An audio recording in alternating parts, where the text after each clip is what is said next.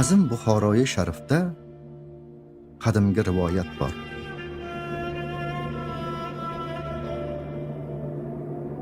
Ushbu rivoyat bugungi kunda ham jildirab oqayotgan musaffo suv chashmasi oldida aytiladi. Rivoyatga ko'ra, qachonlardir bu yerlarda og'ir qahatchilik bo'lgan ekan. Tirikchilik tashvishidan qiynalib ketgan Buxoro aholisi Parvardigordan yordam so'rab iltijo qilibdi. Xudo ularning iltijolariga javob beribdi. Xudo Ayub payg'ambarni yuboribdi. Ayub payg'ambar hassasi bilan yerga urgan ekan, yerdan suv otilib chiqibdi. Xo'sh, Ayub payg'ambar kim edi? Odamlar bu payg'ambarni sabr timsoli deb atashadi. Bunga nima sabab bo'lgan ekan?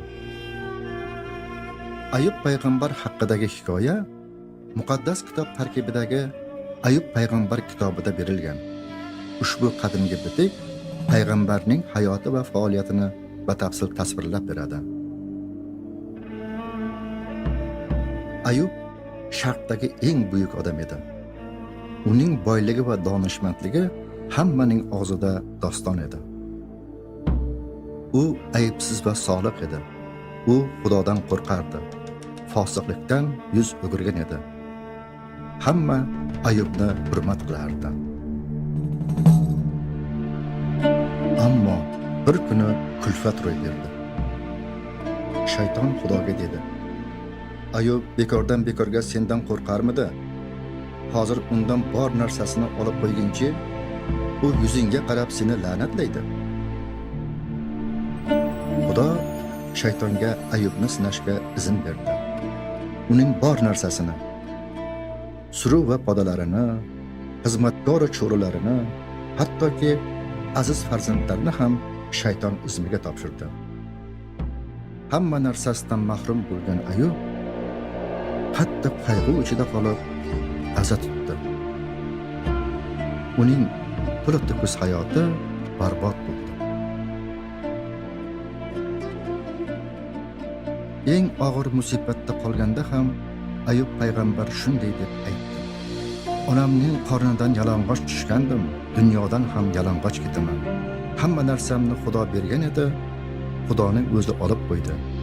Egamning nomiga hamd va sanolar bo'lsin." Ammo shayton bu bilan kifoyalanmadi. U Xudodan Ayubning tanasini dardga mubtalo qilish uchun izn so'radi. Shayton shunday qildiki, Ayubning butun tanasi boshidan oyog'igacha jirkanchli yara bilan qoplandi. Ayubning do'stlari va qarindosh urug'lari undan yuz o'girishdi. Hattoki xotini ham unga "Xudoni la'natlangda o'lib qo'ya qoling" deb aytdi. Ammo Ayub xotiniga shunday dedi: "Xudoning qo'lidan yaxshi narsalarni qabul qilamiz u yomonlarni olmaymizmi?" Ayub sharmandali ahvolda qolgan. Xudo uni tark etganga o'xshardi. Ayub xitob bilan Xudoga shunday savol berdi: "Nima uchun? Nima uchun sodiq qulingni bunday azob-uqubatlarga duchor qilding?" Ayub kutdi. Hamma yog'i qaqshab og'riganda ham kutdi. Aza tutganda ham kutdi. Sukut saqlab kutdi. Yoru birodarlari ta'nay dashnon qilganlarda ham kutdi. Sharmandali ahvolda bo'la turib kutdi. Xudo uning xitoblariga javob berishini sabr toqat bilan kutdi. Nihoyat Xudo gapirdi. Xudo o'zini Ayubga ayon qildi. O'z qudratini, kuchini, ezguligi va donoligini, yer va osmonni to'g'ri hukm qiladigan qozi ekanini Ayubga namoyon qildi. Ayub Xudoga tan berdi. Xudoni to'liq anglab yetishiga aql va tafakkuri ojizlik qilganini tan olib tavba qildi. O'zini emas, Xudoni ulug'ladi. Shundan so'ng Xudo Ayubga lutfu karam ko'rsatdi. unga barakot berib, hurmat ila yuksaltirdi.